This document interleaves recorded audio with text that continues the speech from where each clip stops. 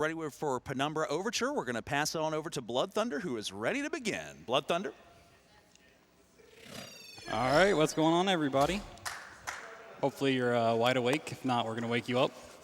So this is Penumbra Overture. I need to give a little explanation first of what's going to happen. As soon as we go, it's nonstop. You may see the SGDQ edition up in the top right. I wanted to do something a little fun for this one, so we made it a scavenger hunt. There's going to be some references, as you'll see. So it's a little participation, see if you can find them all. Let me know. Hit me up on Twitter. So as soon as I hit easy, we're pretty much going to start. So 3, 2, 1, go.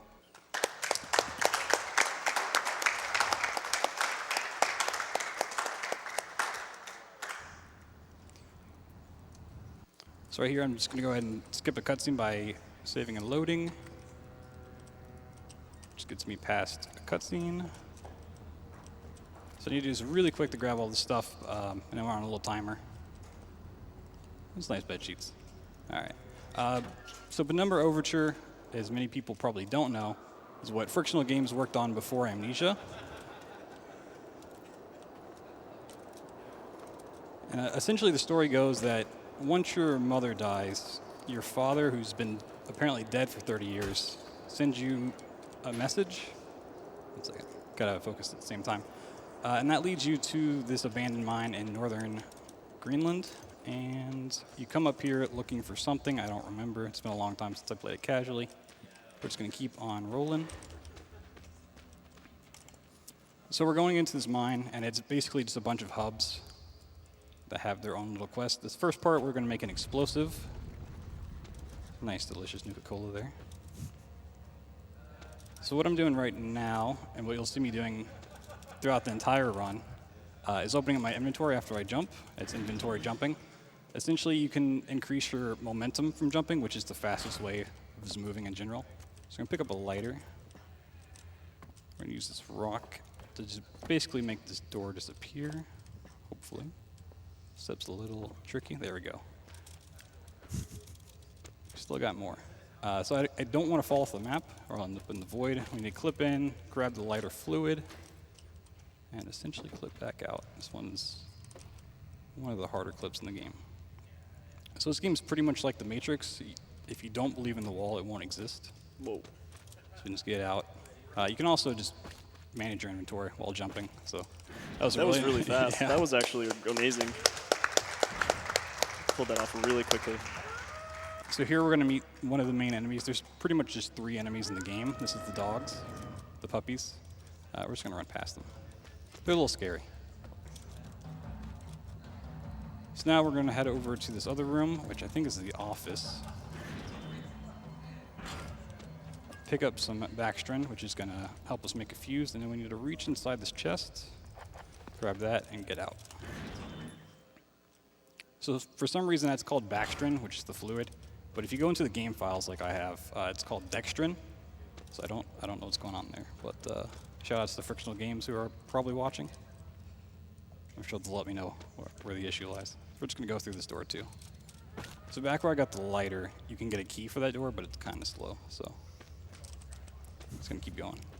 This is TNT. Don't worry about throwing it. It's not harmful.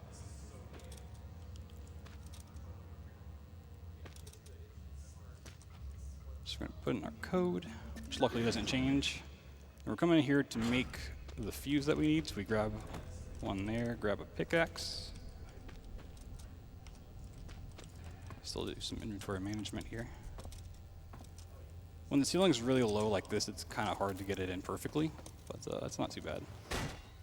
We're gonna break down the door, punch this for some reason.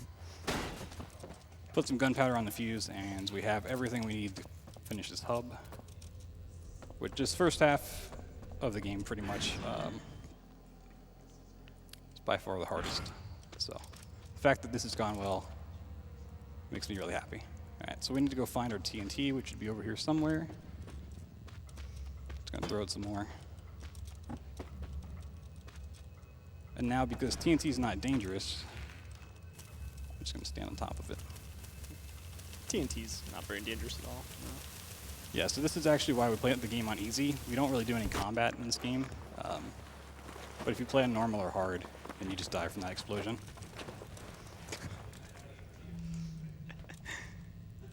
So there's this whole random part in this hub where you have to learn Morse code and crack a code to get this gate open, but like I said, walls don't exist, so this thing will stop rolling. And we're through. Nice. So because we're supposed to crack the Morse code, we're supposed to have picked up a walkie-talkie, which is where Red comes into play. He's going to kind of lead us through the rest of the line, become like, he just kind of gives us narrative about what happened. He's pretty cool. He's got some good dialogue. So we come over here to pick up a saw, which we don't really need for this area. We need it for an item later on. So go back. Hopefully the dog's not here. He's not. Cool. Normally you'd use the saw to open this door, but we're just going to use a GameCube. So It's a really big GameCube. yeah, you know, it's an older model. So here's another dog. They're kind of slow. Another goal of this hub is to find some gas and a key to get this drilling machine started. But we're just going to use a box because, once again, walls just don't exist. This one's a little difficult because there's actually 3 walls, but quite a while ago we found a pretty decent setup, if I can squeeze in here just right. And we're all done. Very nice. That was pretty smooth. So up here we're going to meet enemies 2 and 3 of the area, but because we got a second, I want to shout out Andy Rockin, 123, and Psychomaniac TV, who lately have been helping out a lot. Andy's just really good competitively. I just got the record back from him on Thursday with 11:04. His time's 11:05, so it's pretty close between us. And Psycho's helped make the auto splitter and discovered some old stuff, or some skips in old storage. So there's Spider. We jumped over a worm earlier. We got a little skip here. So we're going to pull that to open the door, and then hopefully we don't die from this. Hey, look at that. Hey. That was really nice. So Very well done. when you jump back in bounds, the game just wants to put you back through the wall as quickly as possible, and sometimes it'll give you enough momentum to just kill you flat out. So this is the third hub. It's pretty nice. Unfortunately, we can't just go through the door even though we know the code. We physically have to go find it. So we're going to pick up a screwdriver and some bolt cutters. There is a route that gets these later, but it is a lot harder to pull off consistently. So we're just going to grab them now. Also, I need these things on the right keys. There we go. So now we have those. We're going to head over to, I think it's called Shaft 13. I don't really remember. It's just a very quick map.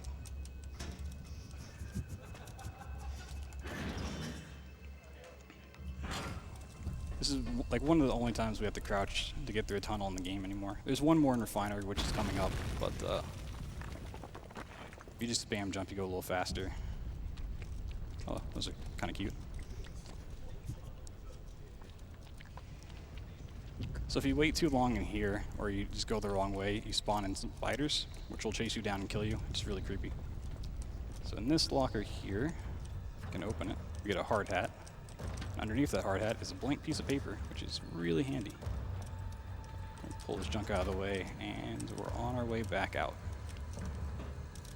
Unfortunately, you can't just move that from the side you enter on. It's some trigger that prevents it. So now we have the paper. We can go to the research lab, which is where Red, I believe it's Red, has done some research on the effects of eating the spiders over the course of many years. How he's gone insane. It's plot's very weird, but we don't see any of it in the run. So we're going to jump up here for our inventory jumping, hit these 3 buttons, admire the beautiful graffiti. So we're going to skip a big chunk of Refinery by taking the barrel back with us. Get this straight up and down. And if you listen closely, you can hear steam on the other side, which is this steam puzzle. I need to land somewhere over here and not die to the steam. This will work. Nice. Nice. Very well done. Really, all the major run killers, if you're grinding out records, have gone pretty well overall, which is cool. Not too many terrible things left in the run. So here we're going to take our bolt cutters and push this minecart. So I mentioned there's a route that gets the bolt cutters later. You're going to eventually just push the minecart around the chains. It's really weird, but pretty cool. I'm going to grab a newspaper from this desk and use that to help us get the key out of this door.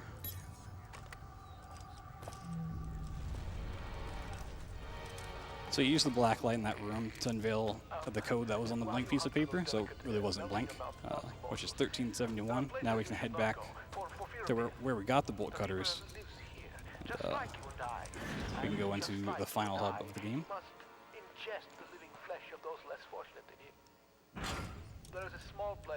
Yeah, so Red's now talking about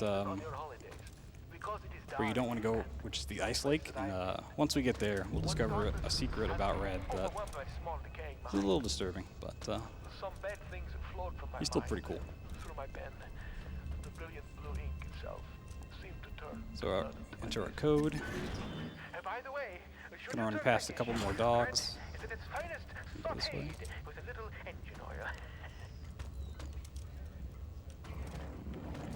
When you're inventory jumping through these areas, you also have to watch out for the chains because they'll just stop you.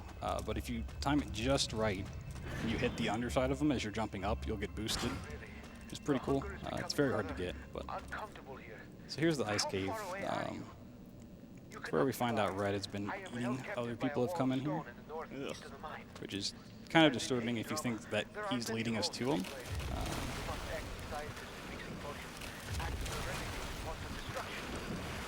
So here's a little nice little reference. I didn't put it in the game, but you might be able to figure it out. So the only reason we need the saw is to get the crowbar, which allows us to leave the final area, which is where Red is. So now we have crowbar, bolt cutters, and screwdriver. We're going to go see Red's room. So we're just going to head back. When the stench of life had gone, and only the sweet aroma of decay remained. Oh, hello, dog. They can actually hurt you quite a bit if you give them enough time, but they're a little slow. Really slow.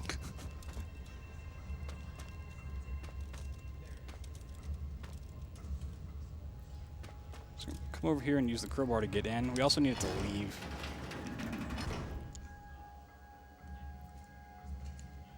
But need to be very careful in this platforming part, because I have a tendency to get cocky and fall in. So, whoop, there we go. Knew it was going to happen. All right. Be a little more careful. This game's also pretty dark. Mixing a few inventory jumps. So this level used to be really tricky, and it still kind of is, but I don't remember who found it. It's a pretty cool trick. I'm going to use this canister to get out of bounds and not fall all the way off. So pop through. Okay. Now you're going to see a room in the bottom left, which is what we need to make our way to. This might actually be first try. Holy. Ooh. That was Very nice. But we still need to get out, which is pretty hard to. Squeeze back here, and then hopefully, well, we got in first try. I'm happy enough. So all we got to do is this, jump back in. Oh, and that jump, by the way, skipped all of meeting Red. Because normally you'd meet him, incinerate him, and then get the key from his body. But we saved him, actually, so good guy, us. All right. So this is the final door. All we have to do from here is run down and basically set up the sequel to this game. So the time's going to come up here very soon. On the GameCube. Oh, it's a spooky man. And time.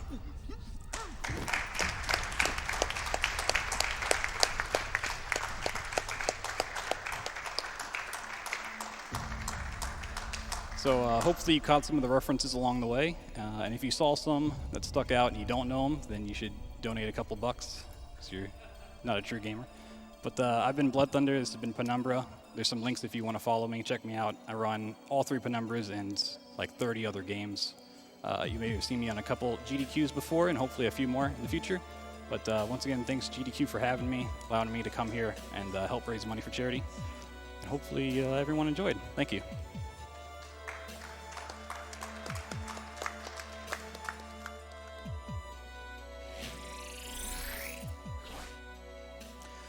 All right, that was Blood Thunder with Penumbra Overture. Great run there. Coming up next, we have Foldable Human. We'll be running Amy. They're getting that set up here. We got a few donations and a few other things we want to tell you about during the break while we get everything set up here. Well, not really a break, just got a little bit of a lull and everything here. Got a few donations that have come in. Let's see here. We have a $15 donation from Ike Phoenix 68. Says, as promised, here's my donation. Loving BT's run so far. Donation goes to Announcer's Choice. P.S. I'll give it up. I guess you're pretty cool too, Enigma. Thank you. Trying my best. Now, I know it's pretty late, but those of you that are here in the building, I want to hear something for this. We have a $1,000 donation.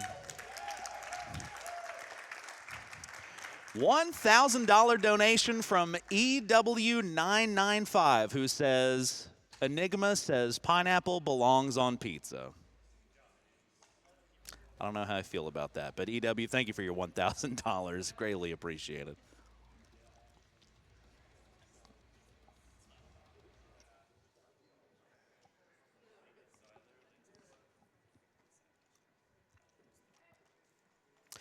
In the meantime, we also want to tell you, while we come together for Summer Games Dunkirk 2018, this event is meant to raise money for Doctors Without Borders. Just want to tell you about them for a little bit. They are a medical humanitarian organization working in more than 60 countries around the world. Doctors Without Borders is a private international association. They provide assistance to populations in distress, to victims of natural or man-made disasters, and to victims of armed conflict. They do so irrespective of race, religion, creed, or political convictions. You can find out more at doctorswithoutborders.org.